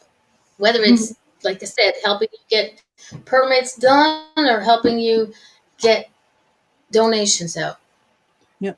Rihanna says, check out our Patreon. There is an exclusive content just for our subscribers starting at $3 a month. Is it Patreon? How do you say it? Patreon. Is also a great way to donate monthly without having to manually do it. Patreon.com/Saveafox. So that's cool. So you can set up a monthly thing. We all watch these videos on TV that make us cry when they have the animals, in cages and this and that, and they try to pull at your heartstrings to get you to donate, the ASPCA commercials and whatnot. And they have things that you can set up that you can donate monthly to. So here you go. There it is, a way to set up a monthly thing without having to, physically you have to go in and remember to do it and know that you're saving a fox, and you don't have to see the poor things all, crying in cages. You don't have to see the worst of the side of it. See the good side, and that's what Michaela does. She gives them the good side of it, and she finds them good homes.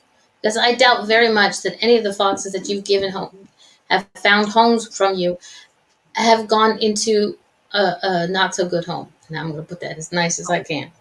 How do you with the adoption process? Well, this question 2 here: which fox is the friendliest with people? And then I'm going to ask you about adoption.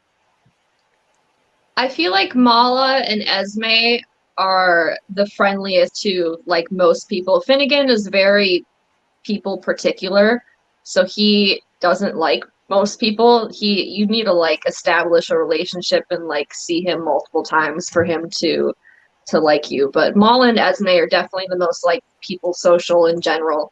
They'll kind of come up to anybody. Oh, and you celebrate their birthdays and everything else with them. Well, do you pick a birthday when you don't know the birthday? Just start. This is going to be. We've done a couple birthdays. Honestly, we don't celebrate everybody's birthday. We'll do like a birthday day, and we'll give like all the foxes like cakes, like pet safe cakes. Yeah. So we'll pick a day in the springtime. All foxes are born in the spring. So that's awesome. Awesome. So now tell us, all right, the adoption process. You have on that saveafox.org site is where you can go find out about adoptions, right?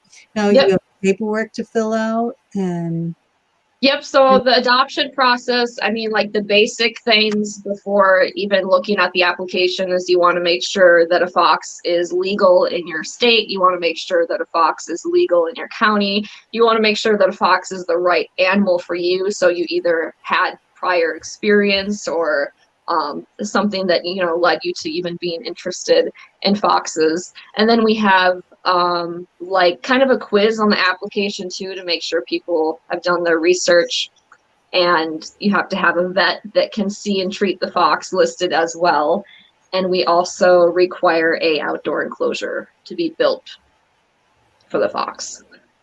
that's the other question I wanted to ask. All right, since they do dig holes, I mean, do you have to make the enclosure with a fence underneath the ground, like dig down, put the Yeah, we have our fox yards. We have dig guards, so it's basically like chicken wire that we laid on the ground close to the fence, and then we kind of we get these guards. They're called garden staples, and that's how we get the wire to stay down. So if they try to go dig by the fence, it's just wire there.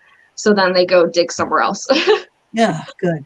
Okay. Yeah, because I'm like, oh no, they're gonna escape. Yeah, so I mean, we make sure before people adopt, like they need to be aware of the fact that foxes can dig and foxes can climb. So most people that adopt don't do fox yards just because it is kind of hard to build a fence that has like an angle at the top and also putting dig guard down. So most people just choose to build a fox enclosure.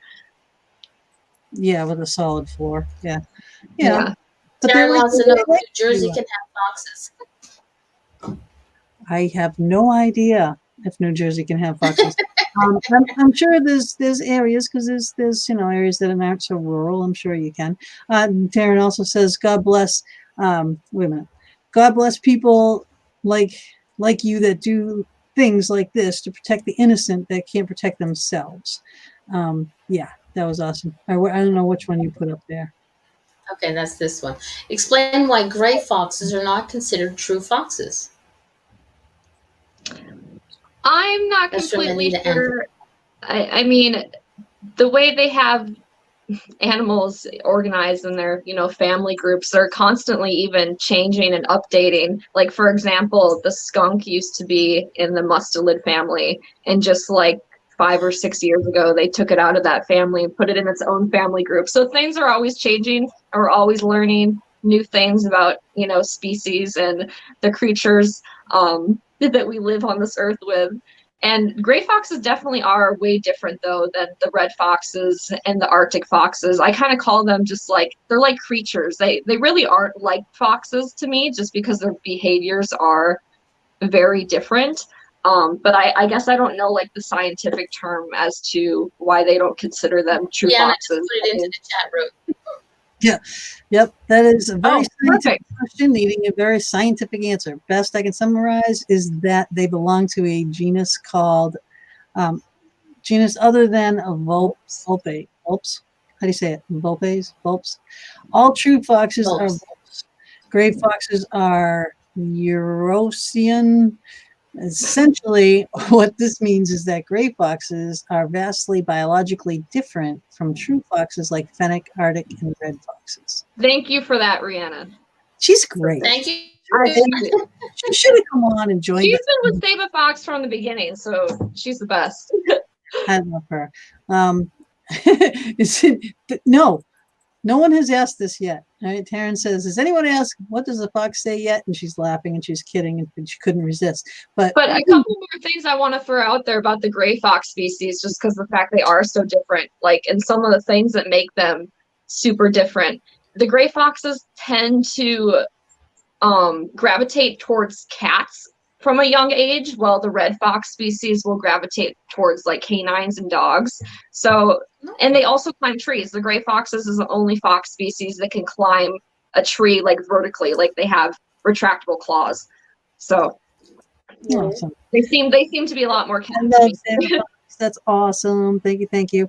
Okay, this one here. How much is it to sponsor a fox, and how do you do it? you go to saveafox.org. That's how you do it. Yep, we have little sponsor forms. It's $95 a month to sponsor a fox. Yeah, we have a Rihanna Rocks from Anna Diamond. Yes. How do you get Felix into his enclosure since he's up in his tree most of the time? Or is he just very scared of people? Yeah, he comes down at night after I get all the other foxes put away. He'll come down and he'll approach me. He's very shy if there's like groups of people or anybody he doesn't know. He's definitely our most shy fox we have. Catching him isn't easy at all. It's a challenge. That's funny. That's funny. Kristen Halfacre says, I just want to thank Michaela for everything she does. I love Saveafox. Thank you. That's so kind. Yeah, that is awesome. That is awesome. So again, what are we going to do? A new fox. Okay, you've had a new fox. Somebody came and gave you a fox, and he got transferred. I'm thinking he was Jade, I believe. How is he doing? Is he getting along a little bit better? Jade, the red color red fox. Yeah, I think so. Yeah. Yeah, he's well, I guess he's up there with Felix as being the most shy fox here right now. It's really hard for especially pet surrender foxes to adjust because they were used to their life with their family and they don't understand, why they get moved or anything. So it takes some time sometimes for the pet surrender foxes to come back around. And I mean, and it's especially the pet surrender foxes that come from living, like some of them come from living in a house, like they've never been outside. So then all of a sudden they were like an indoor house pet and now they're like outdoors. They're kind of, it shocks them a little bit because they're not used to it. Mm-hmm. What type of fox is Kipper? Makes sense. Kipper is a red fox species. His color morph is called a silver white mark. Oh, because I almost got a marble fox once, and that's just black and white fox, and they were I really wanted a red fox, and I called up a fox farm at one time, and all they had was marble foxes at the time. And I didn't really want a marble fox. I wanted a red fox because it's what I love. I love the red fox. But I mean, I looked at the pictures and everything. And I was like, "Oh, you're so beautiful." There you go. All right, that's what I was going to put up there. Michaela, have you ever been bitten? And I don't mean a love bite, from Julianne. Yeah, I get bitten frequently. I mean, even the nicest of foxes will bite. Like actually, Finnegan bit me pretty hard today over a bag of treats. So yeah. No. I mean, he can be a lover, but he can be in a bad mood. Like if I try to get between Finnegan and Bongo when they're kind of having an argument between the fence, like I can very, very easily get severely injured by Finnegan if I try to come between a dominance fight of him and another male fox. How much does Finnegan weigh about? Probably like 16 pounds. Wow. He's a big boy. Yeah. Yeah. Aw. They do put on a little bit more weight in the winter as well. Yeah. But I mean, they like move, they bend like cats. I mean, it's like I swear they don't have a backbone sometime, just how they can move their bodies. So that's why I'm more partial to dogs and things because you can handle them better. Usually if you're getting attacked, at least you have some kind of substance that you can hold them. But a cat, it's just, it's like yeah, and foxes are the same. They can twist out of your arms pretty easily. Right. So that'd be difficult. They're definitely difficult. And that is the thing. Again, it's really, be careful. If you are trying and you want to get a fox, be careful and look into everything. The advice I always give people if they're interested in getting a fox, they need to know like the best outcome that could, they have a litter trained fox that's cuddles once in a while. And then like, I guess the worst outcome, their fox doesn't want them anywhere near them. And sometimes that happens. Sometimes foxes just aren't really cut out to be a good pet, but you have to go into it knowing that whether the fox is going to turn out and be super affectionate and like loving towards you, or if it's going to be super distant, are you still going to commit? like if you can answer that question, I guess that kind of tells you if the fox is right for you. Yeah, and that's awesome advice right there.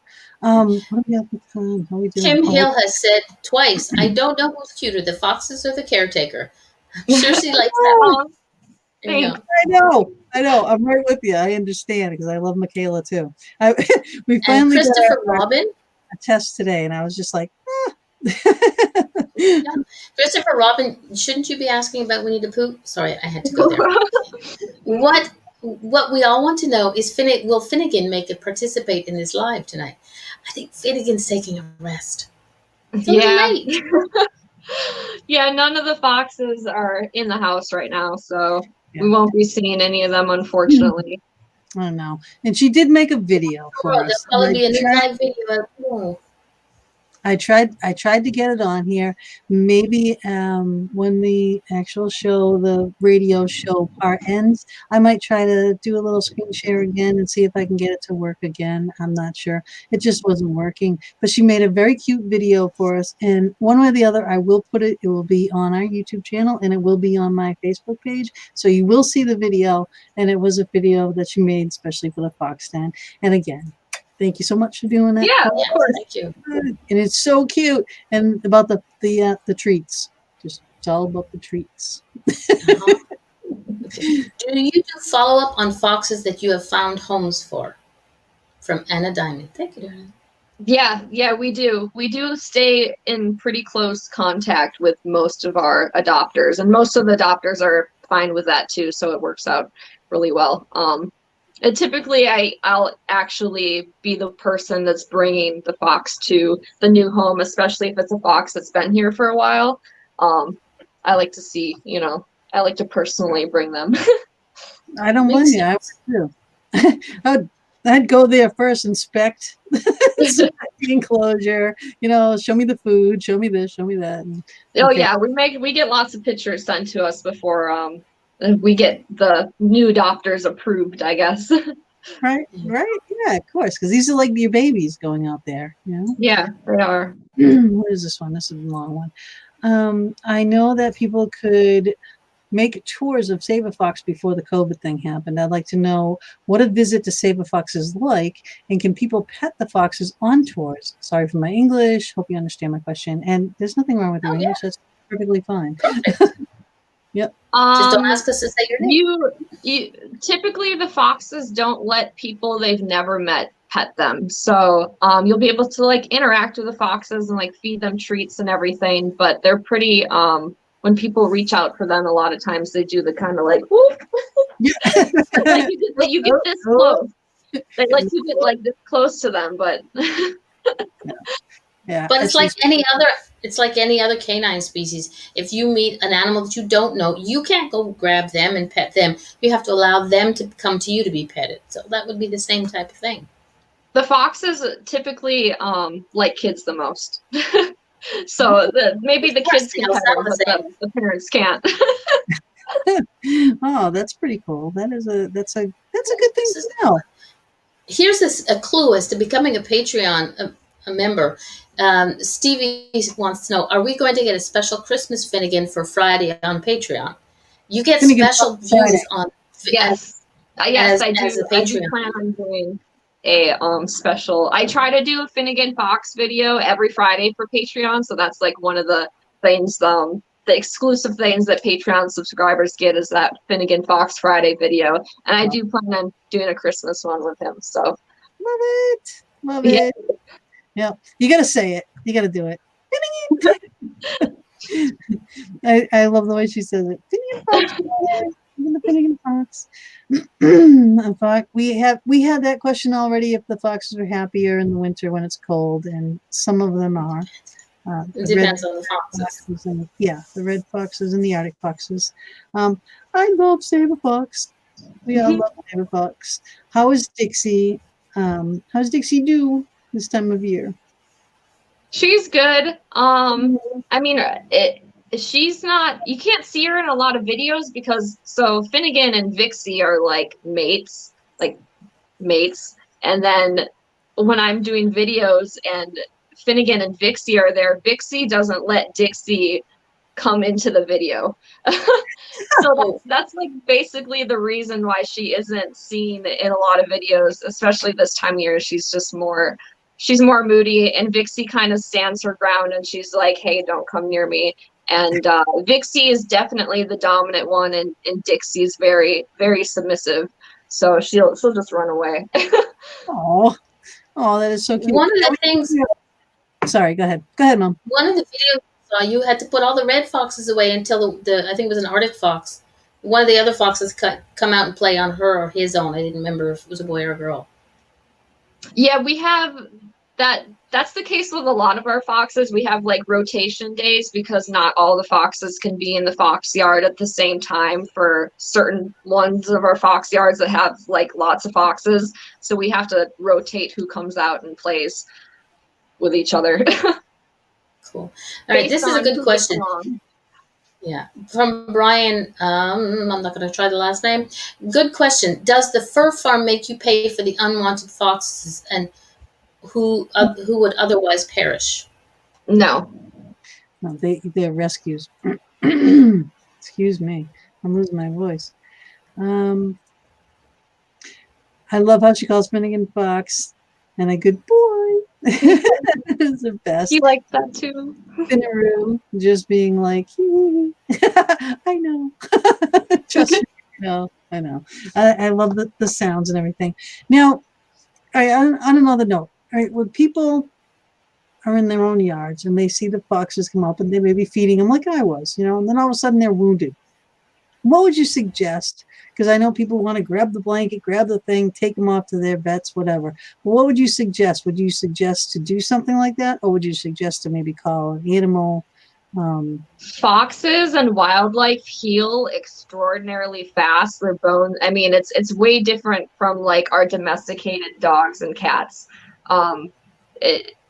Most of their wound, like, usually you don't have to worry about it. I mean, if they're moving around, that fox is probably perfectly fine and it's going to heal right up and get back to normal. Oh, that's pretty amazing. Yeah, because I've even seen deer that have been shot that weren't like a kill shot, that have healed up perfectly fine and running off and Yeah, they heal way faster than dogs. Like even the vets say, like, even like when they break their bones, because the vets describe their bones being like similar to bird bones because of how thin and small they are. So like if one of the foxes breaks their leg, the best thing to do usually is nothing, because the fox knows not to put weight on it. It's like very instinctual for them to like know what's best for them to get that to heal the fastest, because sometimes it's actually worse if we try to put a cast on it, because then they really bang that cast everywhere trying to get that cast off, and they'll do more damage. So sometimes, most of the time, it's best to just leave it alone. Yeah. Okay. Well, that's good to know too. And Rihanna, she also says, to add to Michaela's answer, no, the foxes are surrendered. These foxes are unwanted and unusable by the fur farm. Most fur farms actually cannot legally sell live foxes. They are licensed. They aren't licensed to do so. SAF does not pay money. Saveafox does not pay money for any of the surrendered foxes. She's good. You guys should just be interviewing her. I know, right? She was the one that I told. I'm like, well, what about this? What about this? She's just like bing, bing, bing, bing, bing with all the niches right away. I'm like, God, this is great. What a great assistant, to have. Too. She is. She's the best. Wonderful party team. She really is. Love you. If you want, you have the link. If you want to join, you can. All you got to do is just go do all that stuff I was trying to help Michaela with earlier, and come on and join us. I would let you. We have like 15 minutes left. Let's see. Okay, Jacob Briggs in the chat room says, and this is going to be, I think, a touchy question, but it needs to be asked. Are you supporting any movement to shut down fur farms? It pains me to see poor animals suffer. You wanted the best way to stop it is to have people stop buying fur. Yeah, the best thing that anybody can do is just to like simply not purchase fur and educate other people on not purchasing fur as well. In my experience, I mean, it doesn't, I mean, if I were to go to like a fur farm and like protest against them, I'd never be able to rescue the foxes from them. Yeah, no. So that's not always the best way to go about things with like hate and anger. Usually you just get the same thing reflected back to you. Exactly. Rihanna says, haha, I have crazy children screaming in my ear, or I would. Oh, okay. All right. All right. We have, we usually have our animals make appearances and whatnot. She's got a crazy cat in her background. What's the difference? Yeah, no, the cat stays out. Otherwise, he would be screaming. No big difference. Let's see. Okay, what's this one? What made you want to save foxes over any other animal? Well, she does save other animals too. Yeah, foxes. My focus on foxes started when I was 15, and I met my first fox, which was a gray fox species. And I just fell in love with it, I guess. It was my best friend. So, I mean, the things like that, like from your childhood, like really stick with you. So that's why. Yep. I'm telling you, I grew up, where I grew up was the last house, dead end street, and I was surrounded by woods. We were always in the woods, building things in the woods and playing with the animals and in the streams and everything. We were all about the animals. We always brought home wounded animals and, Mom, look what I got, chipmunks, squirrels, birds, everything, nurse it back to health and let it go. We always did that. I don't think kids do this anymore. I really don't. They're all inside. Well, because a lot of people, go ahead. Well, I mean, what happened actually with me and my mom, because my mom is 72, so she grew up in the era where she used to ride her horse to school and slap its butt and would go home. They didn't have all the laws and regulations they do now. So when I was younger, we were rehabbing animals until we found out that we needed like a permit to do that. And then my mom got her wildlife rehabilitation license. So I think that's like a huge reason why it doesn't go on now, because it's illegal unless you have like a permit to do so. But like, back when she was a kid, there wasn't any permits or regulations around that. Oh, right. Well, we still fix up the animals and sent them on their way. Not like we were trying to give them to people or have them adoption. Stevie says, this has been fantastic, ladies. You've made my long airport wait very enjoyable. Well, great. Good. I'm glad to hear that. Thank you for listening. Yeah. Okay, here's another one. Big, long one. Very curious. In the small town where my folks live, there was a fox that was wandering through the town, mainly around the main road and coming close to people, and some people were feeding it. It never showed signs of aggression, but some people were concerned that it would go after people or pets, so police were called, and it was put down. Oh. Yeah, we usually try to suggest to people not to feed wildlife, because what happens is the wildlife gets too tame, and then somebody, gets scared of that fox, approaching their house or approaching their cat, because all these people were unknowingly taming the fox, and then it ends up with the fox dying because it's too tame to be wild. So we try to suggest people not to feed wild foxes, just because it can end very badly just like that, unfortunately, even though we all just want to help. Yeah, sometimes help isn't helping. I understand that. That's why, when I was feeding my foxes, it wasn't an everyday thing. It was like I'd put some stuff out there. Yeah, I mean, I'm guilty of it too.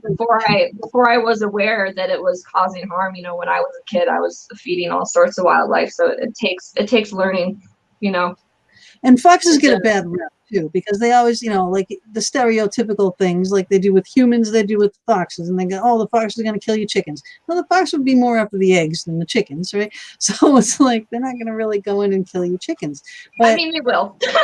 They will if they were hungry. There you go. But they would be going. They love chickens. I don't think there would be anything stopping from a fox to get someone's chickens if they're hungry. If they're really hungry, but I mean, they'd rather have a rabbit. But anyway, it's more coyotes. And then because that other conversation that we just had up there too was like, would a fox go after humans or pets? It's more coyotes that attack the pets, and they aren't afraid to do that in front of people. Coyotes, they're more less. Foxes are more skittish than I think than the coyotes. The coyotes will just attack, and they'll attack your pet in your backyard, and they had a big problem with that in the town that I grew up in. And in my brother's neighborhood, as a matter of fact, they had hunters come in, and they were paying like so much a nose for coyotes because they were killing people's dogs and such. In their yards, and then they're afraid of their small children and blah, blah, blah. But I don't think you really have to worry more about a fox doing that than you would a coyote, is my point. Yeah. Foxes don't typically go after cats even. It's pretty rare for them. The only time they might like go after a cat in the wild is if they have pups and they're trying to like protect their pups. Or they might just run a cat out of their territory, but it happens, but most foxes don't go after pets. Right. You gonna read that one, Mama? Yeah, you have Mick in the chat room who says, your cute videos of the foxes make me laugh and smile when I need it and helps me get through the lonely days when I'm not working. So you're awesome for saving animals. And this is not the first person who said that your videos during this time especially have been helping. Children are watching your videos. So people think that it's just a video, but it's not. It may not help you, but it helps somebody else. So again, I'm going to do my thing. This is what I do. Go to their website, saveafox.org, give a donation, buy something from their shop, because every penny counts. So even if it's just a $5 donation, we got over 100, at this moment in time, we have over 112 people watching us. If everybody gave $5, how do you think that would go? And it doesn't take much. It's like, what, a cup of coffee now? Okay, Mama's finished now. Good girl. Julianne says, how do you send bark boxes? I think people just go to the BarkBox site and put in our mailing address. I'm not entirely sure, to be honest, but I bet Rihanna knows. Yep, Rihanna. I'm sure. Rihanna, get it. I know. Help us out, please. You should. We only have, like 10 minutes left of the show. Screaming kids and all. You should come in. Sorry. I'll get this one real quick. Rihanna says, just go to their website and mail it to, and the mailing address is there, 12245 175th Street, West Lakeville, Minnesota, 55044. Thank you, Rihanna. Again, so big hearts to Rihanna. She's so loved. Let's see. Okay, what was this song? Yeah, so she was saying before this was, she was talking to the Kalia to add to Mikayla's response. The best option is always to leave caring for wildlife to the professionals. Unfortunately, feeding the foxes leads to them being tamed and killed, just like this. If you think a wild fox needs help, you should always contact a rehabber. ahnow.org. Now. ahnow.org is a great resource to find one near you. So that's really great information right there. So instead of calling like the animal control, because they want to put everything down, so that'd probably be a safer bet. Look that up instead. That's what I was trying to get at before. Lance wants to know what you're drinking. It's just water, but it's in a kombucha bottle. I have water too. It's just a Fox cup. I have, every time I do the show, I have a different Fox cup. This one here. All right, from the videos that have Vixie and Leo. Vixie seems to like Leo more, unlike the other foxes do. I think you're thinking of Matthias. I feel like Matthias and Leo are in the videos more often, but Vixie doesn't mind Leo either. Vixie's pretty chill with Leo. Wow. Oh, here's one. Do you ever ride horses? I ride Trinity. Yeah, we have Trinity and we have Essie. Essie is Trinity's mom, and she's too old to be ridden, but I do ride Trinity. I try to ride him every day, but it usually ends up being like a couple times a week, depending on the weather. He does not do well if it's windy. He does not want me on them if it's windy, so I did not try it today. Oh, I used to have a little Arabian and Shalimar, and we would go out for walks in the morning, and we'd do our same trail every morning. And every morning there'd be a little red fox sitting there, and we'd go by. Yeah, and then we'd walk down because the Shell loved the blueberries, so we'd have to walk down with the blueberries by the reservoir so she could eat her blueberries, and then we'd go back. And the fox would be gone on the way back, but it was always out. You know, it's like, so we had to be around at the den somewhere going down. But it was so cute. Loved it. Okay, what's this? Where did the coyote originally come from that calls Saveafox home? He originally came from a seized situation in Utah. Oh. Okay. Michael Gillespie, here you go. Just a quick one. My wife and I are expecting next year, and our nursery is rather fox themed at the moment. Aw, smart so man. I love it. I could probably donate. She's probably got 1,000 bajillion foxes. That's a new number. 1,000 bajillion. That's a new number. We're writing our own dictionary here in the Foxton. You know me. Yeah, yeah. These questions are really so cute. How old is Matthias, and how long has he been at the rescue? By the way, my name is Kayla. Thank you. Thank you. Thank you. Yes. Matthias. I think Matthias is. I'm like the worst person to ask for like keeping track of time and ages, and because I half the time forget how old I am. But I think Matthias is like 3. Oh, okay. Okay. Still a baby. Okay. Yeah. Okay, I gotta get this one up here. Brian has asked, are Gina and Mama D Saveafox workers? We are now. No, I'm up in Canada and Gina's in Pennsylvania, so we're a little bit far away. But if we were closer, we would. When COVID's over. I Googled it. It's 17 hours from my to Fox. And it's actually 17 hours plus. So I was like, if I drove really fast, it would still be 17 hours plus, because I got to stop and pee 500 times. I'm as bad as the foxes. So it would be a long time. But we are doing our part right now. This is how we're helping Saveafox. Right? Exactly. We're asking for you guys to help. 90 seconds. Oh, no. All right, 90 seconds. Okay, we're almost out of time. Yes, we're almost out of time. Please go to saveafox.org. Donate. Buy the merchandise. That is how we are helping. We are asking you for help. Okay, that's, we just love Michaela. We love Rihanna. We love everybody at Saveafox. We love all the foxes. We love Finnegan. We love Dixie. We love Matthias. We love every animal that she has there. We all watch the videos. So please help her. 60 seconds. Yeah, and I just want to do a huge shout out and a huge thanks to all of our fans and everybody who works for Saveafox. I just want to remind everyone that I'm basically like the Saveafox face, but that doesn't mean I'm doing everything. We have so many people that help us and like are making Saveafox happen. So I just want to thank all of our Saveafox employees and workers and volunteers and supporters who donate to us. So it's a beautiful thing. And I thank you so much for being here today. This, a special day, special time. Again, everybody, please go share this out there. Let's try to raise some money for Saveafox for Christmas, for next year, for always. Just keep sharing the show. Keep sharing Saveafox in general. Just anything you can do to help, okay? And 10 seconds. Wish you all a very Merry Christmas. And we're looking forward to seeing some Christmas videos with the foxes.